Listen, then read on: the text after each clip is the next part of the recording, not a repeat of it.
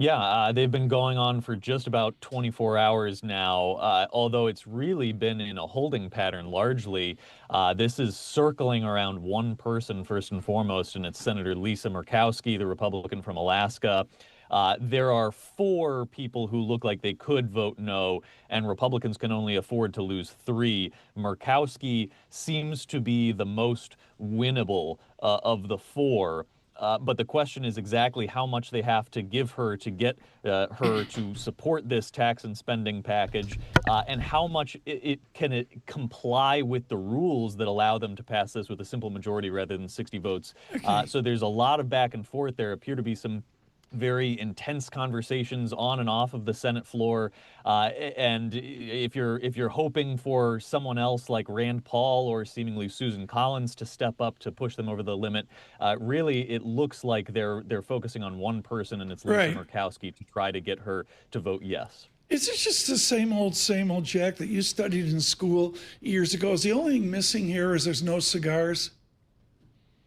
We haven't smelled smoke. It is very much a series of backroom discussions. I can't say that we call it a vote-a-rama, is really what people tend to study in school. It's a weird quirk of the system. But even if you take a vote-a-rama and all these unlimited amendment votes on the floor as a given and as part of the reconciliation process that allows them to actually pass things, that hasn't been the focus. There have been a lot of kind of time-killing votes, while then there are side conversations and effectively, maybe not smoke-filled, but backroom conversations to try to figure out how can we write one final amendment to make changes to the bill and basically substitute the old bill with this new, recently rewritten deal that they try to strike with somebody like Lisa Murkowski. So it's very different than the Schoolhouse Rock version of things. That's for sure. That's the basis of my understanding of legislation, and I think for most Americans, quite frankly.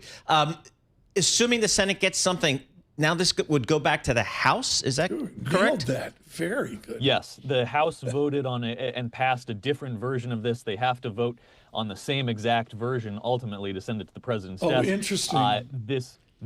Whatever they give to Lisa Murkowski, and there's been back and forth on carve-outs specific to Alaska, that could bother some of the conservatives in the House who already have some complaints and have been kind of saber-rattling about potentially voting no. So this is not the final step, and it may actually, whatever they do to get this across the finish line in the Senate, Right. may make it even more difficult in a final vote in the House. What was the shock of the gentleman from Nebraska and the gentleman from the Carolinas stepping away from Republican politics? What was the follow through of that in the last 24 hours? Well, so Tom Tillis, I can't say was necessarily shocking. It was seemingly very appropriate because he'd been under a lot of Right. pressure.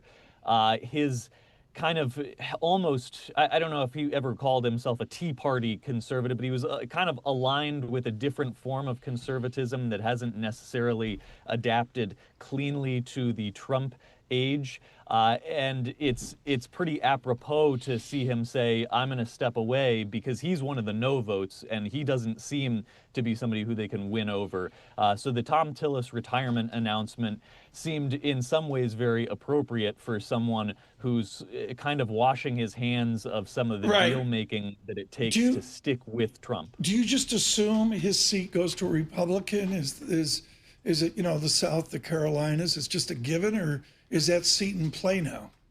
Democrats would definitely say it's in play. You don't see Democrats winning statewide a ton in North Carolina, but especially if there's blowback, partly from this bill, if there are Medicaid cuts, if there are unpopular parts of this bill, combined with the kind of tradition of the minority party getting big gains against the president's party in the midterms, that would be a seat the Democrats really go for.